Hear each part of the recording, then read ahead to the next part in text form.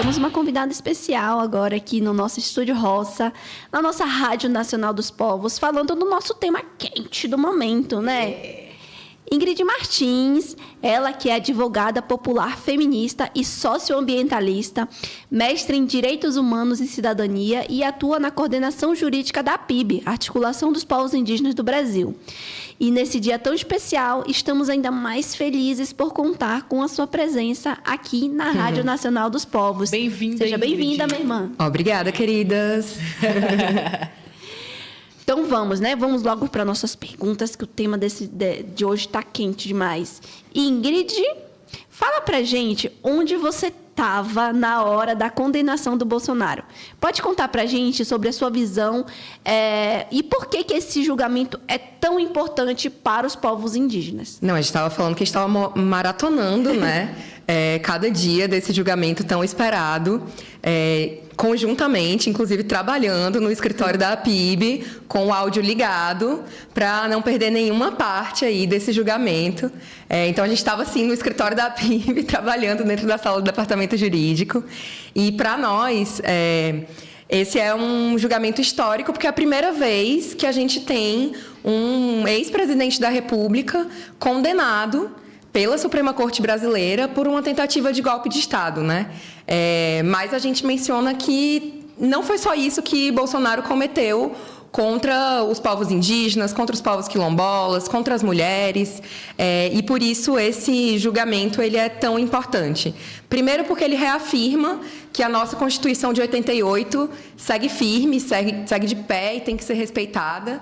E porque é uma oportunidade da gente, como disse muito bem a nossa ministra Carmen Lúcia, olhar para o nosso passado, para o nosso presente e para o nosso futuro. A gente teve um ex-presidente da República que fazia ode a torturadores, à ditadura civil-militar que a gente enfrentou na década de 60 e é parte da derrota desse projeto também, né? É pelos que se foram, mas também pelos que virão. E para que nunca mais aconteça nenhuma tentativa dessas de ruptura constitucional, que tanto atenta contra os direitos sociais que estão ali previstos na Constituição de 88, né? Então, a gente vê como esse momento histórico de manter a nossa Constituição em pé diante da tentativa de rasgá-la dentro do poder, né? A gente tinha o uso também da estrutura do Estado brasileiro para construir uma ABIN paralela, para desacreditar o resultado das urnas, para incitar radicalismos, né, acampamentos na frente de quartéis e para pedir intervenções militares dentro do nosso Estado democrático de direito, que é algo que não comporta, que não cabe. Né? Então, por isso que eu acho que esse julgamento, como bem mencionou a ministra Carmen Lúcia, ele é uma repactuação com a nossa própria história, com o que foi, com o que está sendo e com o que virá. É um grande feito, um grande ato para a Constituição brasileira. Eu queria que você explicasse para a gente, Ingrid, como que funciona o setor jurídico da APIB. Quais são algumas ações que vocês estão acompanhando ultimamente, atualmente? Não, perfeito. O departamento jurídico da APIB, né, ele está hoje sediado aqui em Brasília, até por conta de todo o processo de concentrar aqui incidências junto aos 3 poderes da República, então, tanto em relação ao Supremo Tribunal Federal, quanto em relação ao Poder Executivo e em relação ao Congresso Nacional. O Departamento Jurídico da APIB, ele é composto por 11 profissionais, enfim, são indígenas de várias regiões do país que compõem o departamento, né? A gente tem o Ricardo Terena, que é nosso coordenador jurídico, a gente tem a Manu Tuyuca, que é nossa estagiária, a gente tem a Maíra Pancararu, que também é nossa assessora, temos a Luísa Tuxá, temos, enfim, o Adriano Tucano, que entrou mais recentemente, o Alexandre Arapiun. Então, é um time que vem, né, de várias regiões do país. Temos advogados e estudantes indígenas, né, da região da Amazônia brasileira, da Arpim Sudeste, né, enfim, e também da região Nordeste. E a gente acaba fazendo essa atuação de defesa dos direitos constitucionais dos povos indígenas diante de tantos ataques e desmontes, né? A gente sempre fala que tem um processo de desconstitucionalização de direitos em curso e que essa é a importância de ter aqui, né, esse departamento jurídico atuando como esse braço que apoia e que constrói uma advocacia popular orgânica junto às lideranças do movimento indígena. Então, é esse braço que fortalece a atuação da coordenação executiva da articulação dos povos indígenas do Brasil dentro desse escopo mais técnico, né? E vocês perguntavam, né, Samela, sobre qual que era a importância também desse julgamento para os povos indígenas. Não sei se você vai entrar também no que foi a denúncia que a PIB fez de genocídio. Não, mas pode falar, meu irmão. Fala sobre o que o movimento indígena vem fazendo, né? Como é que é a atuação da PIB para a gente chegar a esse resultado, né? O setor jurídico da PIB que trabalha incansavelmente ali no Congresso Nacional, no Senado, no STF, com atuações, com ações, entrando com ações de inconstitucionalidade. Então, muitas coisas, né, que vem fazendo, aí cabe também a comunicação estar comunicando, mas o setor jurídico trabalha incansavelmente, né? Então, isso também faz parte também da próxima pergunta, mas também cabe ao o que o setor jurídico está fazendo, e a próxima pergunta já seria quais são os próximos passos, né, da PIB e do setor jurídico para a defesa dos direitos territoriais, independente do resultado. Então, a gente pode comentar sobre o que a PIB vem fazendo, né, o que a gente está fazendo no âmbito. Não, é porque o que eu ia comentar também é que a PIB fez uma denúncia no Tribunal Penal Internacional durante o governo Bolsonaro sobre o quanto o Bolsonaro, né, porque por lá a gente faz denúncias contra pessoas, ele é ator também de atos de genocídio contra os povos indígenas, né? É um pedido para que a Procuradoria responsável junto ao Tribunal Penal Internacional investigue esses crimes contra a humanidade e especificamente o crime de genocídio contra os povos indígenas da sua gestão. E aí, assim, para comentar brevemente disso e entrar no que você perguntou, porque essa denúncia continua correndo ali também no Tribunal Penal Internacional, foi denunciado o desmonte, o aparelhamento da FUNAI durante a sua gestão, né, que passou a ser ocupada por militares que não necessariamente levavam a pauta do que deveria ser o órgão indigenista federal à frente, né, nas suas atribuições constitucionais. A gente teve um processo da institucionalização do marco temporal por meio de um parecer.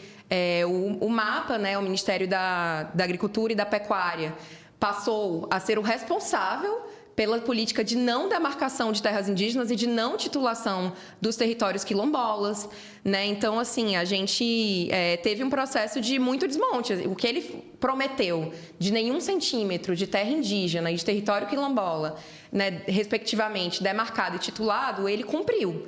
E a gente teve 17 territórios indígenas que estavam prontos para homologação, que foram devolvidos para a FUNAI.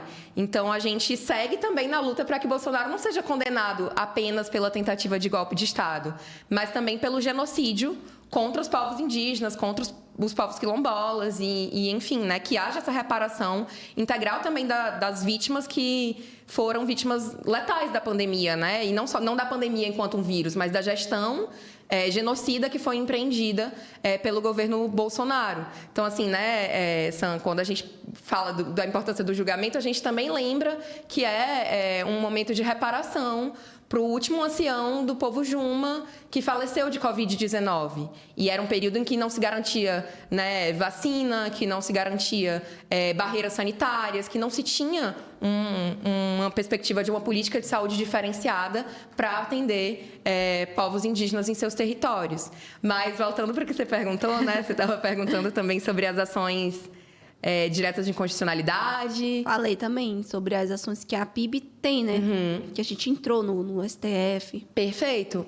Uma outra coisa que eu acho que é muito emblemático é que a gente tem uma ação, que é a DPF 709, que inclusive vai entrar em julgamento virtual semana que vem, que ela foi proposta muito nesse cenário do governo Bolsonaro, sabe?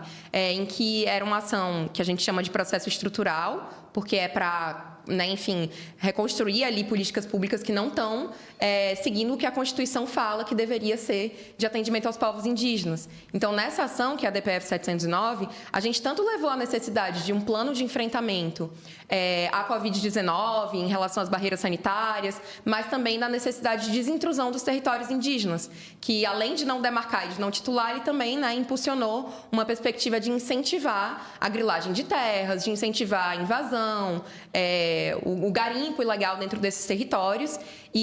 Essa é uma das ações que a gente acompanha com mais carinho, assim, Samela, dentro do Supremo Tribunal Federal, porque foi uma ação que permitiu, né, que o governo Lula fizesse também essas operações de desintrusão nos territórios e que a gente possa debater proteção e gestão territorial indígena por ali, né? Enfim, eu acho que o primeiro passo é isso, é tirar os invasores que representam tantos danos ao meio ambiente e à vida das lideranças e ao modo tradicional de vida que está ali sendo atingido, né, por essas economias ilícitas que eles impulsionam em relação a gado, em relação a garimpo, em relação a tantos ilícitos.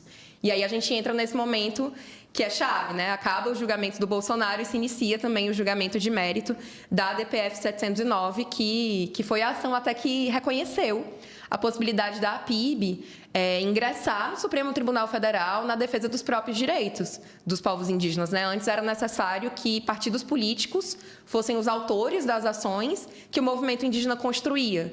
E na ADPF 709, o Supremo Tribunal Federal reconheceu a APIB enquanto uma entidade de classe de âmbito nacional de defesa dos direitos indígenas. Então, misturando um pouco aí do que a gente estava conversando sobre a atuação do departamento, ao mesmo tempo o julgamento do Bolsonaro, acho que os próximos passos são também, né, continuar acompanhando a ADPF 709, a ADPF 991, que é sobre povos isolados. Na época do governo Bolsonaro, a gente também não tinha a renovação das portarias de uso, né, de restrição de uso, para que os povos isolados sejam protegidos também pelo Estado brasileiro.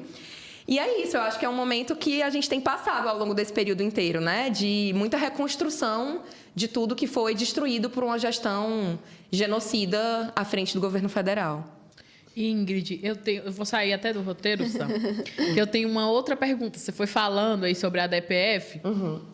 A CONAC também lançou uma ADPF na época da pandemia, a 742, se eu não me engano, que era para poder conseguir... a gente protocola a ADPF para conseguir receber vacina também como prioridade, né? E assim, foi assim, graças a Deus a gente conseguiu protocolar tudo direitinho. A gente recebeu as vacinas, todas, álcool gel nas nossas comunidades, isso que salvou. Mas o que eu queria perguntar para você era, você acha, assim, isso uma avaliação enquanto advogada, que tem chance dele ser julgado novamente por esses crimes que ele cometeu e que a ADPF vem trazendo à tona? É importante que outras ações sejam apresentadas nesse sentido também, né? Enfim, né, o Ministério Público Federal, por meio da PGR, fez a denúncia em relação aos crimes, né, de tentativa de golpe de Estado, mas a nossa opinião é que iniciativas como a que a gente mencionou, né, de ações, seja em âmbito interno, seja em âmbito internacional, para que ele seja responsabilizado também, né, por crimes contra a humanidade, por genocídio, pela não demarcação dos territórios tradicionais, são fundamentais. Assim, a nossa opinião é de que essas ações elas precisam ser sim, né, propostas para que haja, né, todo o processo de devido processo legal, seja gerado esse espaço do contraditório, da ampla defesa e que a gente possa chegar em condenações nesse aspecto. Da nossa parte, a gente acha que sim, né? Pelo movimento indígena, isso é fundamental. E acredito que pelo movimento quilombola, né? Você pode falar melhor do que ninguém, também seria. Que a justiça seja feita, Exato. Né? Que a justiça seja feita. E é muito importante, né? Que as nossas organizações, elas tenham nessa atuação jurídica, né? Que a gente consiga, né, incidir nas pautas e defender os direitos dos povos indígenas e quilombolas no âmbito, né, jurídico, institucional. E muito obrigada, Ingrid. E agradecer, né, a PIB, o Departamento Jurídico, pela tua presença aqui, né? Te agradecer por tu abrir um espaço na tua agenda para estar aqui com a gente na Rádio Nacional dos Povos, né? Aqui no nosso Estúdio Roça, nesse dia emblemático para nós.